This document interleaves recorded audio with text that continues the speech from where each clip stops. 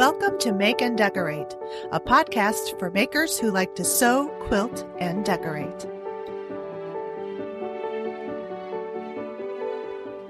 Hello, everyone. Welcome to Make and Decorate. This is episode 24, and it is publishing on Thursday, March 28th, 2019, and this happened to be my birthday week. Woohoo! Yes, my birthday was on a Monday. Oh, I do not like Monday birthdays, I can tell you that. But regardless, I made it the most that it could be because I had to work and all that. And I got my birthday Starbucks drink, of course, that was free. And so you can check out my Instagram because I posted. It's kind of like a tradition for me and my little dog, Koopy. He gets his puppuccino and I get my birthday drink. And we're making a tradition out of it because I think this is probably like the third year that we've done it. Maybe even all 4 years that I've had him because he's been getting puppuccino since he was a baby pup. So yeah, a very nice birthday week and I got some cool stuff. I got a really nice gift certificate from my parents to the Sew Sweetness shop, and I spent that immediately. I'm talking immediately. It was so funny because my mom texted me, well, I got this for you, but I don't know if I'm supposed to print it out or what, or if this code, if you just, do it through email, the code works. And I'm like, give me that code and let me try it. It worked. Ding, ding, ding, ding. Yeah. So, that was awesome. I got 5 1-yard pieces of each of the purple colorway of Tula Pink's new line, Pinkerville. It's so pretty. I love the unicorns, and purple is one of my favorite colors. So really nice. And then I've got some cork, of course, because you guys know I love cork. And I got a really nice, it's called light green, but it's actually kind of like a cross between a mint green and an aqua color, which coordinates very well with this Pinkerville line. And I got the pearl charcoal color. It is really beautiful. I love that color. So, and one other color I got, it looked kind of cool, and especially kind of coming into the spring, summer months. It's it's a white faux crocodile, and it's really nice. It looks pretty high end. So I just got that in the happy mail. And I also got something else. I got a vintage darning egg. It's beautiful. So it came in just pristine condition. I thought I was actually going to use this because I follow a hashtag on Instagram, Make, Do, and Mend. And there are some beautiful darning and mending projects that people post on there. So yeah, I'm getting into that. So I got that, and it's gorgeous. It has a sterling silver handle, and it's just carved beautifully like a fine, flatware handle. And then the egg part itself is wooden, and this one is kind of like, it's an ebony finish. So it's really dark and very good condition. So I was happy I won that eBay bid. But I can tell that it's kind of trending because people are definitely putting bids out there for these mending darning eggs. And so, I just, something I've never really heard of or knew what it was for. So I'm into it. Yeah, it's really cool. I also have a shout out to Hobbies Up to Here, the podcast Hobbies Up to Here. They just published their 100th episode. 100! Woohoo! Congratulations, Dory and Katie. You guys have been doing this for the past 4 years, and I just really enjoy their podcast a lot. They're very down to earth, and real. And so go check out their podcast. They were a guest on my podcast, my very first guest, and episode 5. So check that out if you haven't listened to it yet. Yeah, congratulations to them. I mean, my next episode will be episode 25, and I'm going to be like, yeah, 25, but they're like 100. It's awesome.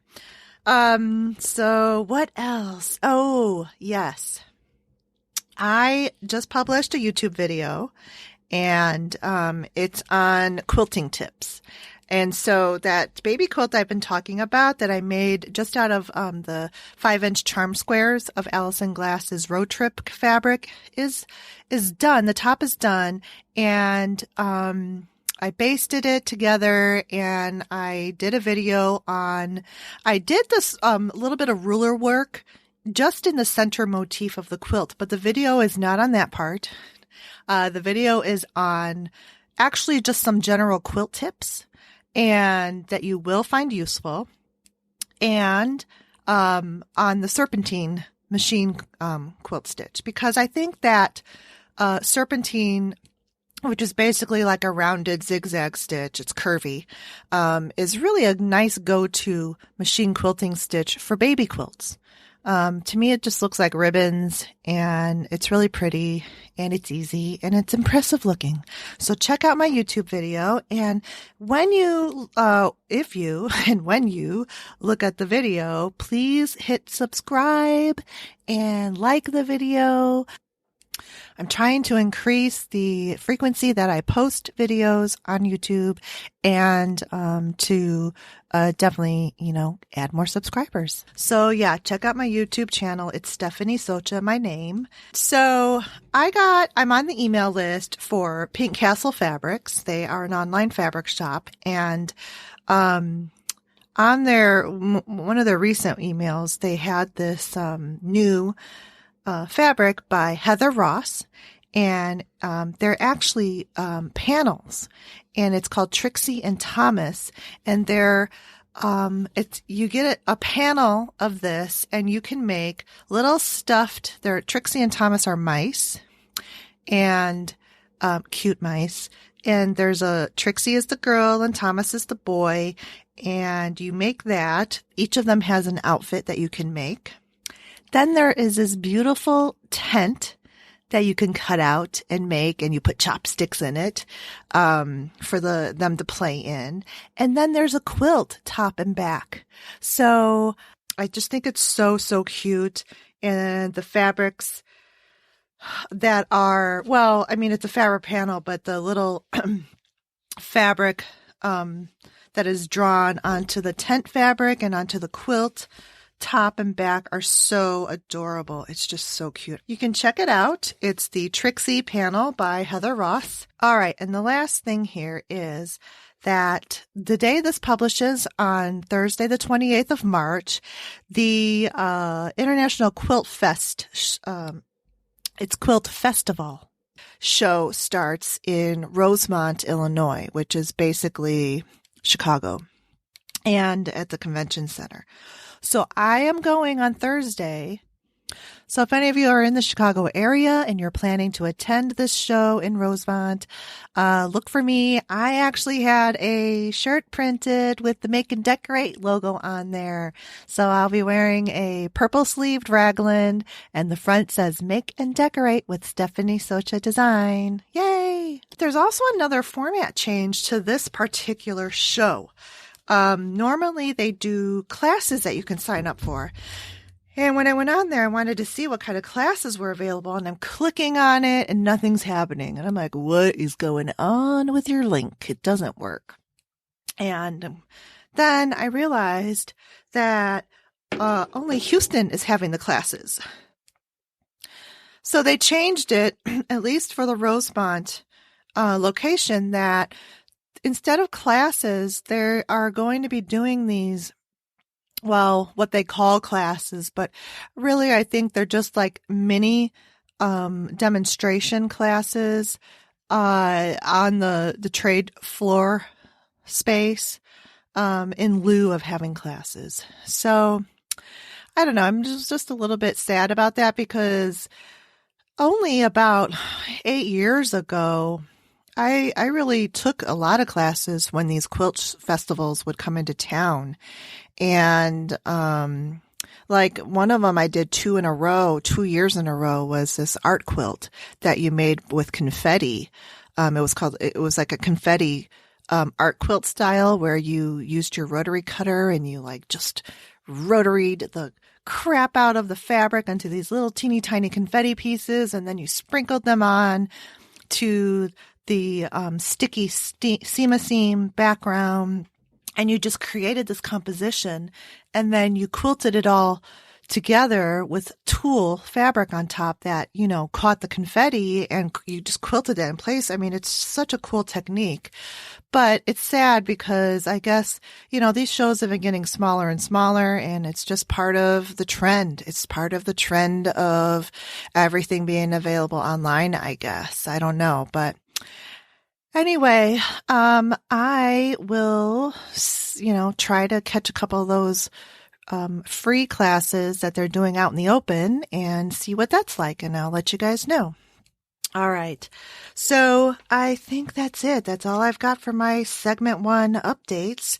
Let me talk about the episode. I recorded this episode in February. And I actually went to one of my local quilt shops called Thimbles Quilts, and they are in Lockport, Illinois. Probably for me, like about a 45-minute drive. And it's in a nice, quaint little downtown area, like a historic area. And the building that it's in is historic. Very nice quilt shop. They are a Bernina and Babylock dealer, and they have lots of fabrics. They have everything. I mean, notions, tools, AccuQuilt, dyes, the Kimberbell embroidery stuff. And then upstairs is where we recorded this podcast. And in the upstairs is a huge space, hardwood floors, but really tall cathedral-like, I guess, vaulted ceilings. So, and then they're right across the street from the train station. So, you will hear like some trains in the background. And then towards the end, people start shuffling in because there's a class that starts. So we kind of had some limited time, and so there's a little bit of background noise. And the last thing about the sound is because of the high vaulted ceilings and the room is pretty much empty with just tables and chairs in it, I just really had to mess with the sound to get it to not sound as echoey.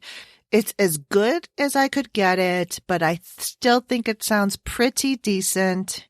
And anyway, it's a good conversation I have with one of the owners, a co-owner of the quilt shop, Tammy Newton, with Thimbles Quilts in Lockport, Illinois.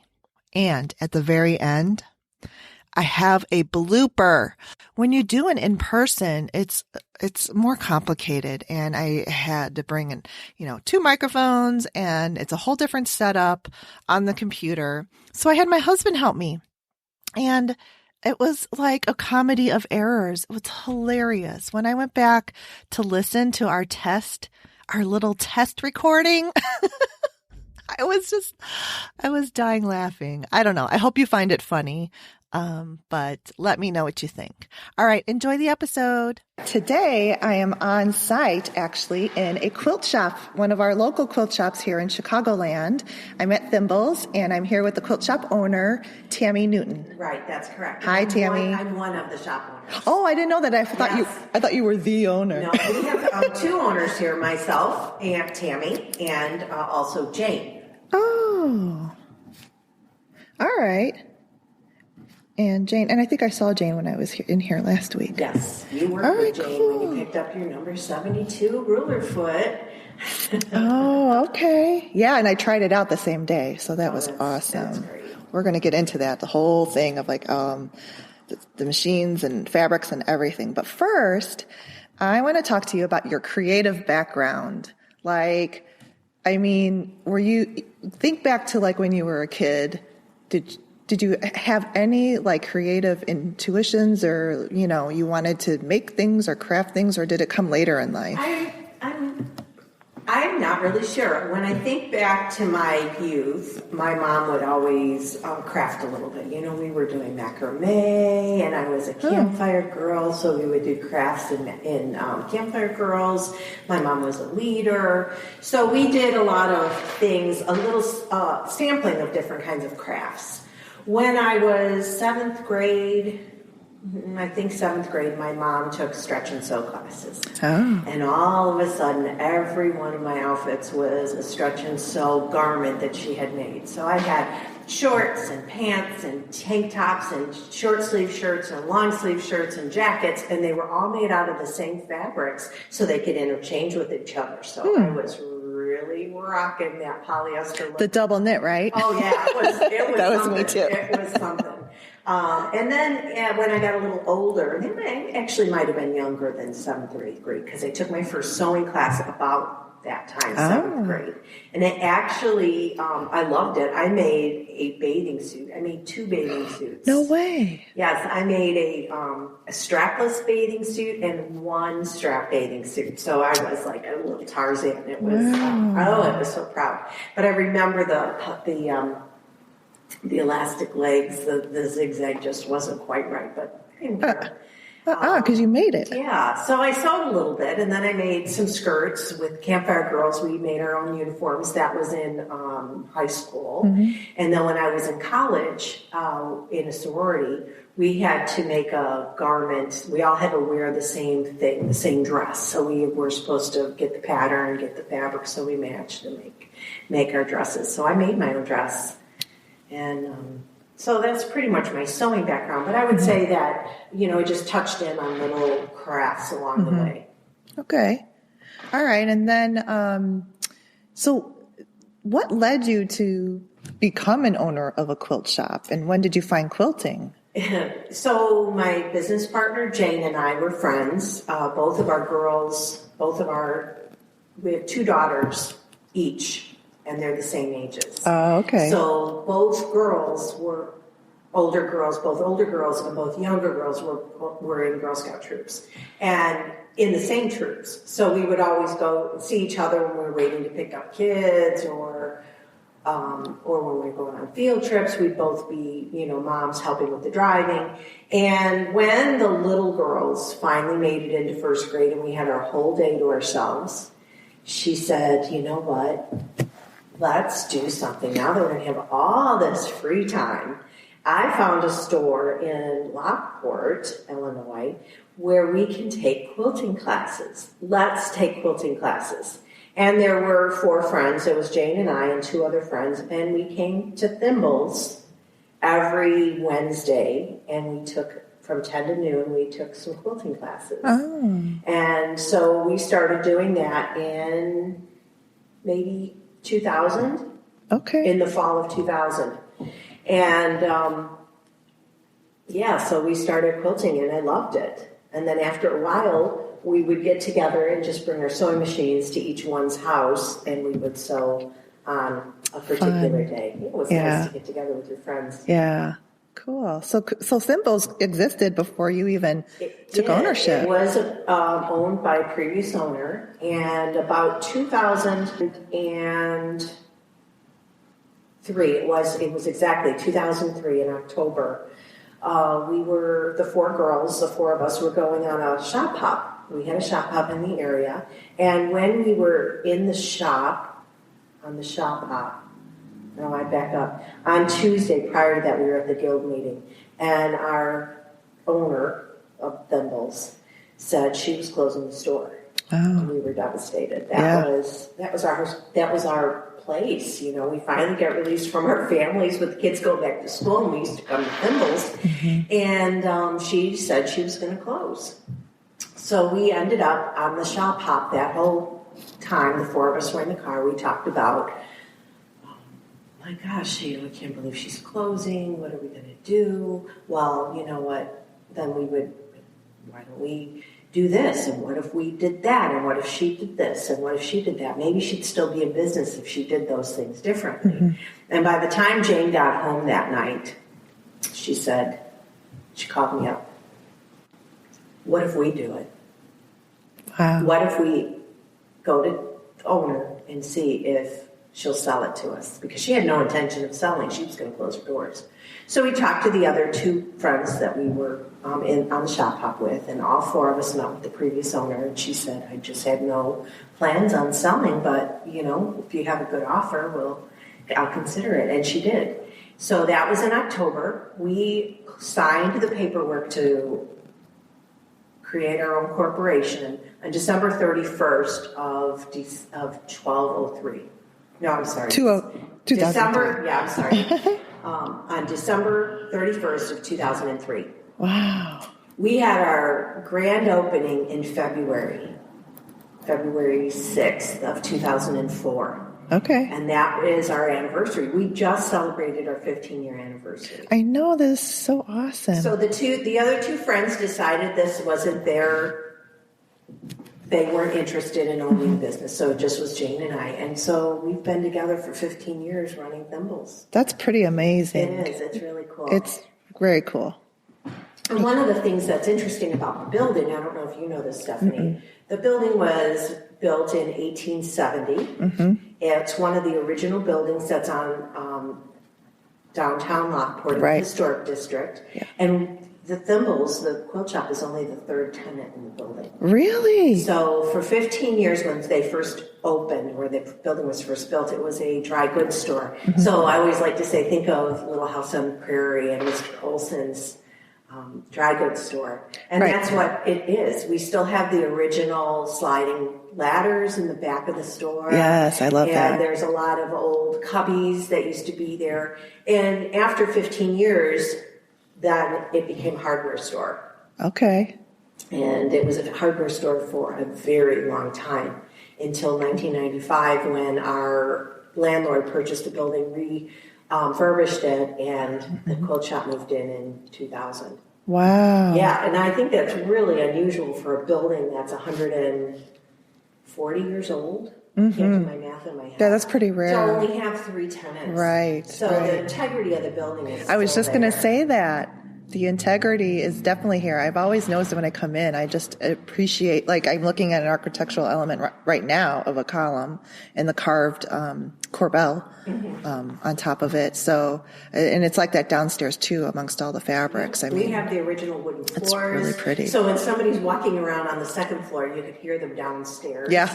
We have the original tin roof on the first floor, or the tin ceiling. And the reason we have the tin ceiling still intact, it's because there's a floor above it. So there's no water damage that's ever attacked that first floor ceiling. So it really is nice. Yeah, really nice. It's a pretty solid building too, because the only thing for the modern day is just that cell phone reception. It's not the greatest in here, but that's okay because we're shopping. So. That's right. That's right.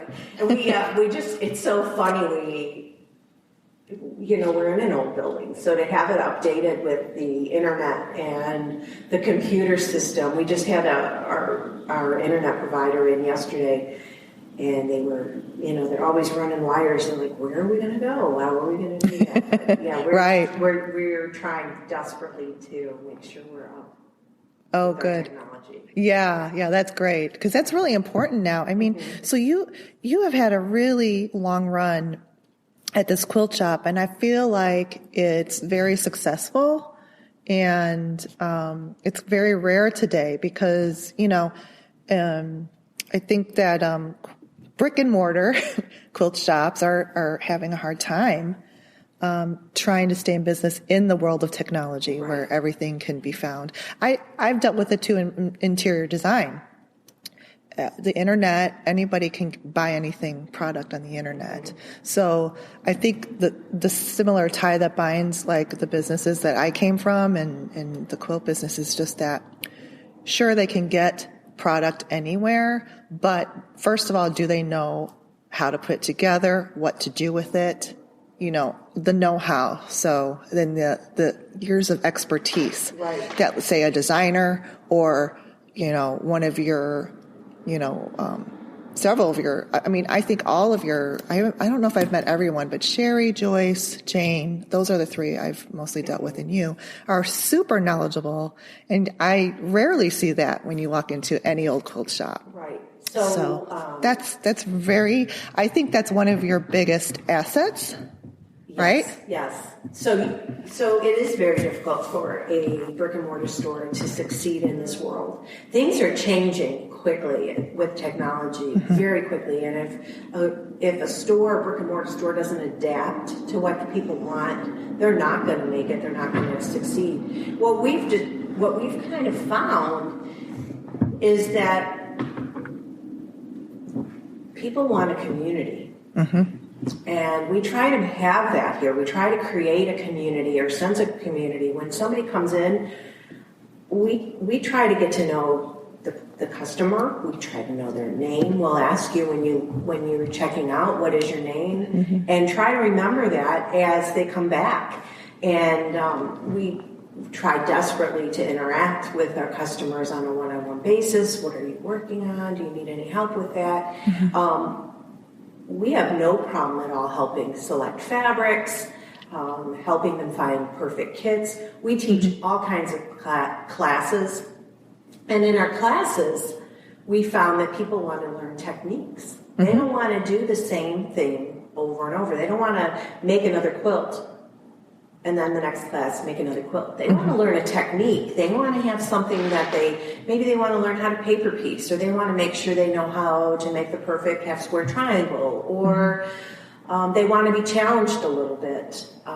We have bag classes. So we have now a beginning bag series where the instructor is going to start very basic with a very simple bag, and then you're going to learn a technique. She's going to focus on the technique each time she teaches a new bag. So you learn how to put in a zipper, or you learn which handle works best for you and different ways to put a handle in, how to work with cork, how to work with waxed canvas. So it's different classes that we offer. And then we also have clubs. And again, the sense of community. People want to be a part of that community. They want to be able to bring in their show and tell and have somebody be excited about it. I had one of our club members was coming all the time. She had daughters that were probably late 20s that were sewing, maybe early 30s. And she brought them to the club meeting, and they had made a bag. So, well, come on up, show us your bag. And when they showed their bags, everybody's response was, ooh, wow, that is really nice. And they sat back down next to their mom and they said, now I know why you come. Because we don't get that same response out of our husbands or out of dad. You know, it's just, the people that sew know what you've gone through. Yes. They know how difficult it is to pick the right fabrics. They know how difficult it is to get the bag to look nice. Right. And to finish. So we're really definitely a support system here. Yeah, and I've noticed that. I mean, I came here years ago for the first time, and I still remember that trip here because when I came into the building, I was greeted very warmly, and they said hi, and they weren't like salesy hi and, just wanting to like get the sale and send me on my way. It was very different. You could really feel it when you step in. I think everybody that's here, that works here, likes to be here. Yes, you can tell. One of the staff that works here, her name's Kara. She's been here since the beginning. She was our first staff member. So she's been here for almost 15 years. Yeah. And she was long arm quilting before she came on her own, and she gives all kinds of advice. And I think that each customer that comes in, they might have a favorite staff member that they relate to, and they might want Kara because she likes Tulip Pink and Allison Glass, and they might want Joyce because she's a little more traditional, and she does Kimberbell, and Yeah. It's really cool. So, I mean, it's not often that you remember that going into, and I've been into a lot of quilt shops, and anywhere, like if I go out of state or whatever. My sister-in-law lives in Canada, an hour and a half north of Toronto, and then we went even further up into their cottage country, and I visited whatever quilt shops I could find. There was one that I visited a few, but out of that handful, there was only one, and it was similar to yours. And there were people there sewing and working on projects. It was a very similar vibe, so I love that. And that quilt shop was in a cottage country where it's not urban, but they were busy. Right. People want to be there. And the same thing here, because this location is, it's 30 miles from me. So, and then from Chicago, it would be another 8 miles, so close to 40 miles. So, it's really like I have to take a trip to come out here. And I'm sure. We try to make it worthwhile. If you're, we're a destination location. Right. And if you don't have that experience, you're probably not going to come back. Oh, for sure. At least I'm talking about myself, because that would be my reaction. But also you cater to other, like you started to talk about other types of sewing. So, like bag making, you talked about, and then I saw on your calendar, because you do have on your website a posted calendar, and so there's some garment classes. So the funny story behind that is that every time, Jane and I have not missed a quilt market since we've been in business. So twice a year we go to Houston in the fall or another location in the spring. And almost every year we come back as garment makers, and I'm going to throw my hands up there and make quotes around that, because we get so excited at the garments that we see or the new fabric that we found, whether it's rayon or cotton lawn or double gauze or knits, and just we come back every market. We're garment makers. So maybe 2 years ago we had a class. And we made I'm trying to think what that's called. Sorry, Lori, I'm messing up, because I know it was Lori's class, and you make this dress, and and you adjust it to your body so that you know what your measurement changes are with every garment. So if you have sloping shoulders, you know that every time you slope pattern. You made a sloper. That's what I made. Thank you very much. The word just escaped me. And we made slopers. Cool. And it was a great class. And when the girls that took the class came out with their muslin sloper, it was amazing how much better they looked in their sloper that fit them than their custom-made clothing other than their clothing that they purchased at the store. Right. So we looked a little bit deeper into other classes. Lori taught some more classes. Lynn taught a couple of garment tops.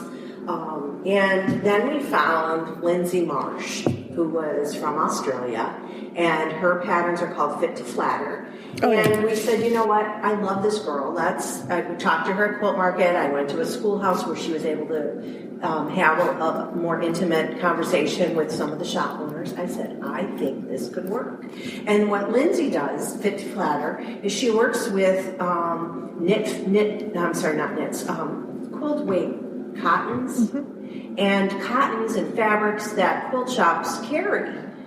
So we talked to her about coming to our store, and we filled the class. There are people that want to make garments. So it was an exciting time. Jane and I both took the class. We both completed a top. I started a second one and haven't had the time to finish. But most of the people that were in the class made 2 garments during that class time. Wow. And I believe it was only a 2-day class. So we asked her back again. One of the other classes she taught at that time was how to work with leather. Oh, I love it. And we've never had a class like that before. So she would bring, I think they were goat hides, really soft, supple, brilliant colors. She had a bright orange and a bright red, and she had a metallic gold fabric, and she brought all those leathers with her to the class and taught everybody how to make a bag. So we've asked her back. She's coming in April. Cool. And we've added, we called it Fit to Flatter was the first class. We've added Fit to Flatter 2, and we're looking into having more garment makers at the class. We actually just had a class this weekend on Saturday, Lori taught that one, and it was with Pamela's Patterns is the name of that pattern that she taught. And flowy pleated top was the name of that one. So it's a little bit longer, covers up your hips, and it had a pleat in the back. It was really, the women in that class loved it as well. So, cool. Yeah, we're trying to get a little bit more into other things. So, right. Garments. We have a bag classes. The bag lady, sorry, Lynn, the teacher that taught the bags, she did a class on waxed canvas because she thought that would be fun. And that class filled up. They loved taking regular canvas and putting wax on it. And then they had a class afterwards where they actually made a bag using their waxed canvas. She's taught classes with cork. I love cork. Oh, cork is so fun.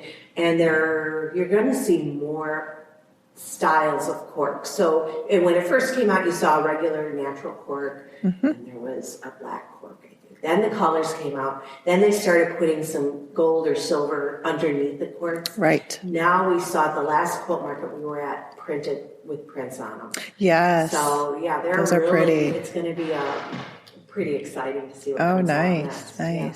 So that's really cool. You still go to both markets every year. So you're really on top of, what's trending and, what to keep your, customers coming back to new and exciting things. Right. So that's all part of that overall business plan to keep your business going and keeping it fun and fresh, I think, too, because you really do have to stay, even though, I think your shop, tends toward traditional and fabrics. You still have a good amount of modern and, like you said, Allison Glass, Tula Pink, and that I was in the other day, asked for art gallery fabric. Yeah, we have. So you have some of that coming in. Art gallery coming, and what's hard with fabric purchases is, I believe, trying to think a lot of times we order fabric in October at Quilt Market, and we get it the week before May Market or the week after May Market. That's crazy. So it takes forever for the fabrics to come in. Yeah, I noticed that. We have some Art Gallery on order, but I couldn't tell you when it's coming in. Right. Because we may plan for it to be here in February, and it may come a little early because unexpectedly, or it may come later. So. Yeah. Oh, wow. I know that's crazy because you go to this market 6 months or so in advance, and you don't even get to see this fabric again. It was crazy. For a while. We would, when we first opened, we would get boxes delivered, and we'd be so excited because it was like Christmas every day. And we'd say, "What's in there?" And occasionally we'd go, who ordered that? I've never seen that fabric before in my life. Well, Jane and I are the only ones that order, so of course we've seen it. And what were we thinking? What were we supposed to do with this? Why did we only order, 3 pieces? Or why did we order the whole line? Why did we order 10 pieces? What were we thinking? So we finally get smart, and now we put our thoughts on paper and attach it to the purchase order. So when it finally does arrive, we know what we're doing. Yeah. Oh, that's smart. So you've already talked about one. I wanted to ask you what fabrics are popular now. So printed cork would be one of those. And what else do you see coming down the pipeline that's going to be popular? The little tiny, I don't know if you call them Chinese, where they're little tiny figures and they're all over the fabric. Maybe a little panda is on fabric. Or I took a fabric home to work on a sample. I had little tiny ducks all over it. Directional fabrics where everything's all printed in the same. That could be a problem for some of the quilters. Yeah. But if you're making a garment, maybe it's not such a big deal. Right. Yep. Or a purse, but yeah. Yep. Yeah. I have a lot of the Allison Glass, her road trip fabric, and some of them are directional. And I'm just making a simple baby quilt with the charm squares, and I put some of them upside down. So I'm like, I have to turn it around. And when I laid it out on the design board, it was very careful and everything was fine. But when you start flipping things and doing the chain piecing, sometimes that messes me up. There's a push by a lot of the quilt shop owners to tell the designers, we really do want to have non-directional fabric. And I think it's easy to do. You just have to flip or toss your animals or your flowers instead of them all being. She does have most of them, like the strawberries. They're going both directions. Just those little tents. Those are the ones that are definitely like, you can tell if it's upside down, or that shielded bird, the statement print. Right. Yeah.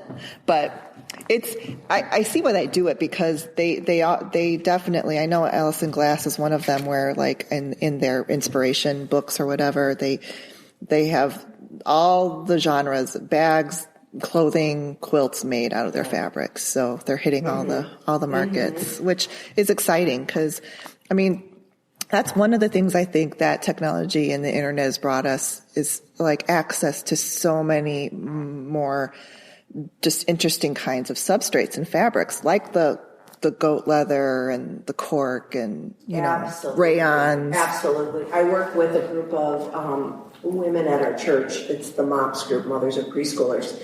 And they are sewers, and they're young moms, and they want to sew, and they are absolutely loving knits. And knits was something that always scared me. And I made a knit top with them, and I couldn't believe it was so simple. And they are constantly talking about different types of knit fabrics. We did bring some new knits in the store. We weren't supposed to get them until April, but they shipped early. But yeah, and I'm pretty sure we still have some. I'm going to look at those today, because the knits today too, I think, are a little bit easier to sew with, because they put a little bit of that elastane, the lycra, in it. So and it keeps its shape a little better and stuff. So yeah, it's fun. I like that. So those are the popular, what you see coming down the pipeline in the future. Okay, I want to talk about, you're also an authorized Bernina and Babylock dealer. Yes, we are. And you have a lot of your shop is fairly big, I would say, because, you know, I've been into really teeny tiny. Yeah, we have 2,400 square feet of showroom space. So we call it that because it's on the first floor. The second floor is our classroom. It's exactly the same size. There's two small offices up here, one for our technician and one for Jane and our bookkeeper, but the rest of the room is just classroom space. Yeah, and it's gorgeous. We have a very large You do. space. And maybe a quarter of that space downstairs is dedicated to the sewing. The sewing machines? Okay. All right. Yeah, and you have a very nice, huge assortment of machines to show people, and from all price points. You don't have just the luxury. Right. And we have $99 machines from Bernina and from Babylock both, and then there's a couple others. So the very basic is $99, and then it moves up a little bit if you wanted to get into an electronic sewing machine. They start maybe at $4.99, maybe $3.99, and then we have the Babylock Solaris that's at $20,000. I know, we're going to talk about that. And we have the Bernina 880 that's in the $12,000 price point. Yeah. And we have multi-needles for the Babylock, for quick embroidery. Embroidery, okay. Oh, and that's another thing, back to what's trending. Yeah. Embroidery is big. Is it? Yes. Yeah.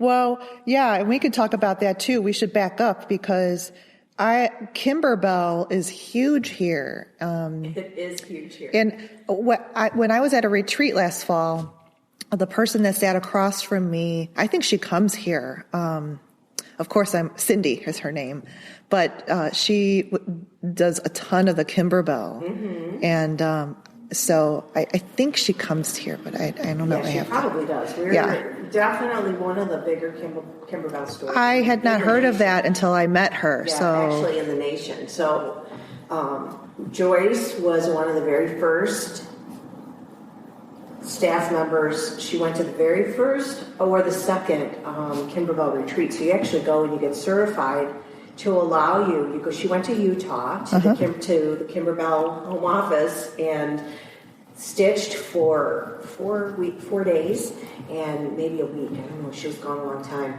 And they teach her all these great techniques for teaching and teach her about the program. And she came back on fire. She's really taken it and gone with it. So they have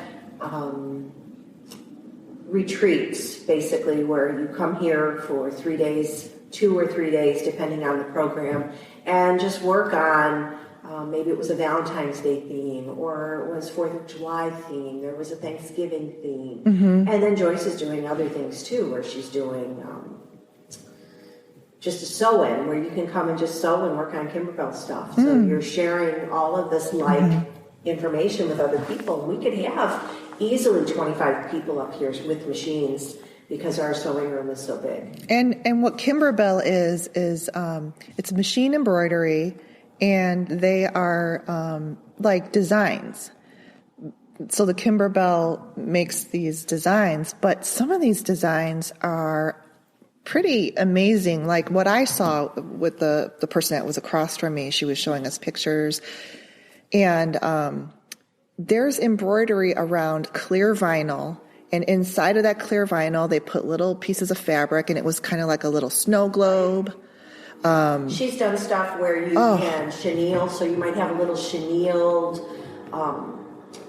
pot holder to create a pot holder, or maybe it's just a chenille design that's on the quilt or in the block or on the project. She does, but it's not always a quilt project. She does. It might be a zipper pouch. Right. Yep. There's our train. I know. We're right across the street from the train station because we're in the little historic downtown Lockport.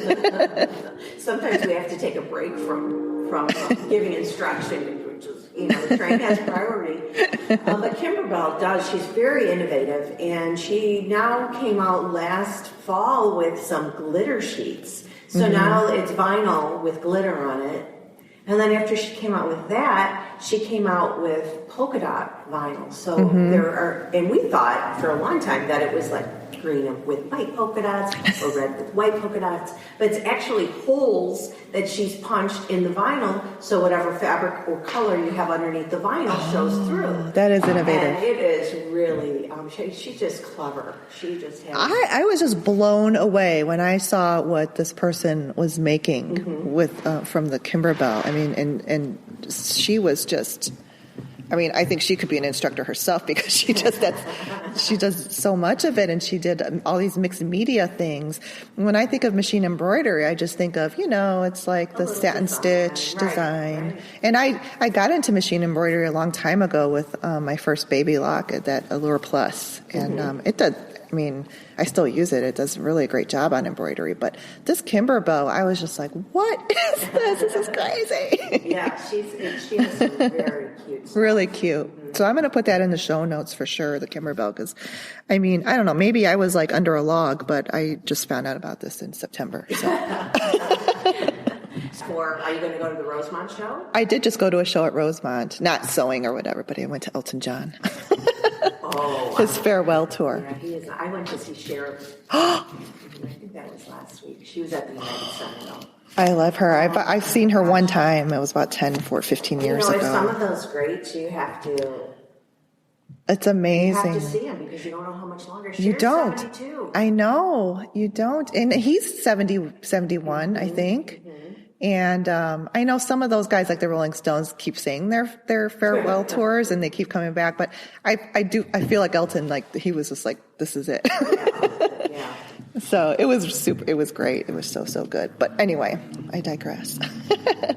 Okay, Kimberbell. Okay, so what made you decide? Did you decide, you and Jane, to carry Bernina and Babylock, or did you get approached? Or I always wonder, like, how shops partner up with these. It's all different. So when we first opened in 2004, we wanted sewing machines, and we were calling everybody, all of the companies, to see if we could get a sewing machine dealership, and nobody would have us. Really? And I think a lot of that just has to do with they're looking for stability. Yeah. They want to make sure that whoever they associate with is stable enough. because you don't want to put a dealer in an area and have them last only for a short period of time. Mm-hmm. So in 2007, we felt like we were pretty stable. That was 3 years later. And we pushed again towards Bernina. And they had to push, we had to push hard. We had some very strong Bernina dealers in the area at the time. And we had to prove that there was nobody in our area that we had business that we had the business to support another Bernina dealership. And they accepted us in 2007, and we were Bernina dealers for a number of years. And then we thought, we need to offer our customers something else. At that point, Bernina didn't have a lot in the low-end price range. Mm-hmm. So we did some research to try to determine what would be the best fit. We don't want to have every brand. Right. How do you tell the customer that this machine is better than that machine when you have 4 or 5 different brands? So we did some research, and we determined that Babylock was going to be the best fit for us. They have wonderful sergers, wonderful education, and that met up with our philosophy, our business philosophy. I always felt like Bernina had a wonderful website for education, and Babylock has a very good education team as well. Mm-hmm. So those are things that we were looking at when we were looking to expand. Okay. And I can't remember when we got Babylock, but we've had it for a number of years. Yeah, that's pretty cool. And it just so happens that that's like my combination of the machines that I've had. I do have, mm-hmm. and I have the Ovation Serger, and I absolutely love it so much. So nice. It is so nice. Yeah. And then, the Allure Plus and Babylock. And I think Babylock, this is my personal opinion, but I started a long time ago on a FAF, and it was just, I didn't do well with it but it had the dual feed on there. And that's what attracts me to Bernina, because it's got that dual feed. And that's what I started sewing on. But the machine just always broke. That FAF it just happened to be nothing about the brand itself, but I just happened to get a bad machine. And so I moved on, and then I was very shy to even invest, because that was $1,000 machine. Right. In 1999. And yeah, so then I went to Brother, and I just got like a $500 basic machine, and that worked pretty well. Mm-hmm. Then I saw embroidery, and then I started getting into quilting. Then I discovered Babylock, and I still love Babylock. I feel like their machines, low end to high end, are really good quality, and they're easy to use. Right. And when you're looking for a dealer too, when you're looking to buy a sewing machine, I should say, you really should be looking at the dealer. You want to be able to bring your machine in and get service. You need to get answers. If you have a question, how do I keep having the same issue over and over again with my machine? Why? Yes. Like you with your machine, your original FAF, you should have been able to take it to the dealer. They should have been able to fix it. We did bring it back, but here's the difference though. He was a sewing vacuum shop, mm-hmm. and he sold like you said, all the brands. Mm-hmm. I don't think he had a loyalty to any one of those. And I didn't know any better. Mm-hmm. I didn't know that I should be able to, and now in hindsight, I bet if I even just went to FAF, they probably would have helped me out. But I didn't know. So many times too, when we can, a customer can call in and say, I'm having this issue with my machine, and we can help them over the phone. Yeah, that's awesome. We have a sewing machine technician that's been servicing sewing machines for a long time. He started actually at Bernina in the technical department. We have a awesome. Very experienced technician. Mm-hmm. Mm-hmm. You do. Because, recently I purchased a machine from you because my beloved Bernina 820, I think I accidentally fried it with leaving it on, and we had a storm and got a power surge. That's the only thing I could come up with. And he could too, because he looked into the machine. Yeah, there's a class coming in here, so we gotta wrap it up. Okay, so, but I love machines, so I love talking about them. So so we're talking about the technicians, and it's true because to have a dealer that backs you up and supports you and, it makes you feel good about your investment, and it makes you want to really just keep coming back and be loyal to the shop. It's like you're loyal to each other. We offer classes on the machines, so you learn how to use them. In fact, that's the class that's getting ready to start. They're going to learn.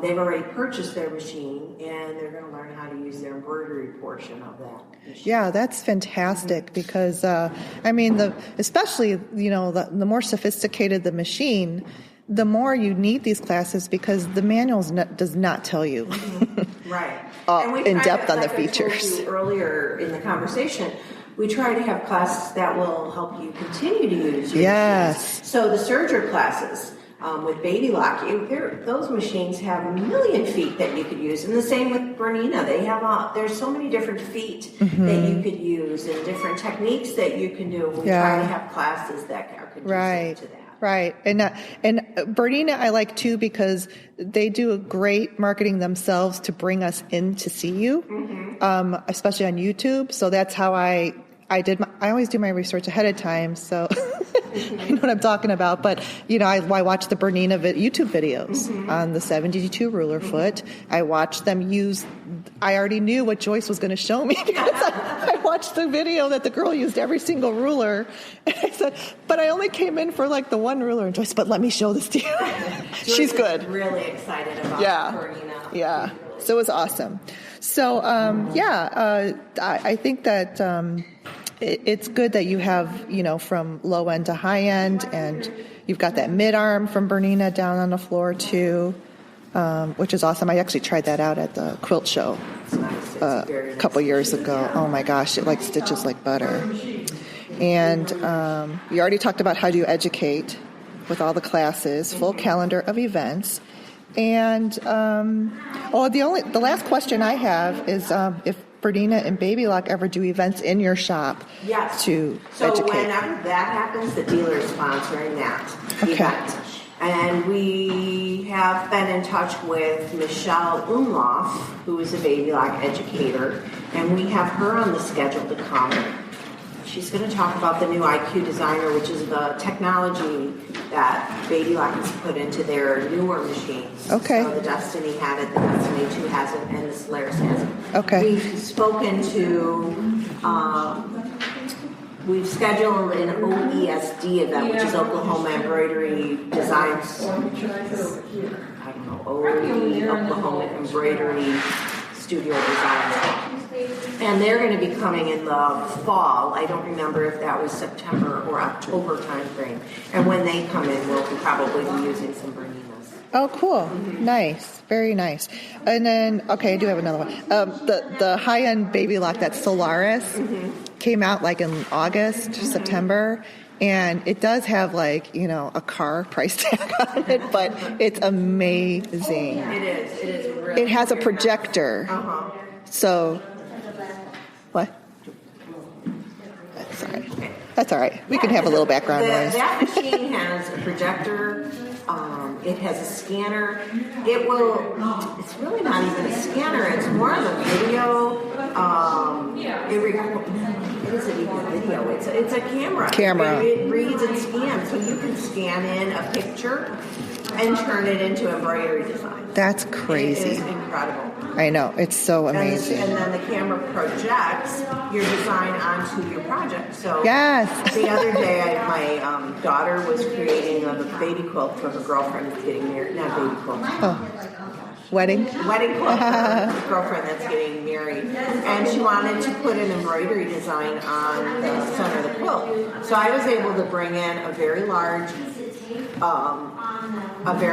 letter that was on a monogram, a very large monogram, and bring it in and project it onto the quilt so that it could be perfectly centered. Oh, that's awesome. Very cool. Yeah. Okay, cool. I just wanted to get that out there because it's just a really awesome machine. So, with a ton of technology. that hopefully it won't go obsolete in another year. Right. That's the only thing I worry about with those high techie machines. But thank you so much for your time. I really enjoy talking with you and coming back to your quilt shop and being up here. So I'm just gonna, if you don't mind, take little pictures and videos throughout your store so I can put them in my show notes. So and all the links to your whatever links you want to your shop and classes and that sort of thing. And this little town of Lockport, if people come, do they travel in to do your retreat classes? Mm-hmm. Yes. So we have a lot of people that do travel in just for the class. So they might, there used to be a candy store. A lot of people would come and go to the candy store, but it's Hollingworth Candies. But now they've moved and they're up the street a little bit. So they'll come here and then they'll go to Hollingworth Candies. Okay. All right. Good. I'm going to put that in there because maybe we can. The museum, the Illinois State Museum, one of the branches is right two buildings down from us. Oh. And that museum rotates its exhibit every 6 months. It may be even more often than that. And about every 2 years, there's a quilt exhibit in there. Really? Mm-hmm. Oh, cool. All right. So I'm going to put all that information in case anybody wants to visit from out of town or even out of state. It's a nice town to visit. You don't have to pay for parking like you do in the city, Chicago. And it's easy to kind of navigate around and drive around. So it's a really nice, pleasant little town. All right. So that's all for Tammy Newton and me here at Thimbles. Thank you so much. What is so funny? This is professional setup. Okay, it's very professional. Yeah. I'm talking and I can hear my microphone just fine. Can you hear my microphone just fine? No. Oh, and you're not recording either. Because you got to hit the record button on both of them. I did. No, you didn't. Yes, I did. You got to hit it on both. Now, and both the tracks are showing up. So there. How do I know that they're both showing up? Because I got two red. All right. Well, how come you didn't have the two red before? Okay. Just knock it off. Wouldn't that suck if you did the whole podcast? No, because I would see that it's not recording both bars. How many podcasts have I published so far? I don't know. 20? 21. That was pretty close. So. All right. That's enough chit-chat. Let's try this next one. That's it. No, that's not it. I'm done. No, don't turn that. Pause it. Why? We did enough talking. Joe, tell people where they can find you on Instagram. I'm not telling people anything. Thanks for listening, everybody. You can find me on Instagram at stephanie.socha.design and also follow the hashtag Make and Decorate Podcast. And the show notes and everything else are on my website at stephaniesochadesign.com. Talk to you next time. Have a good one. Bye-bye.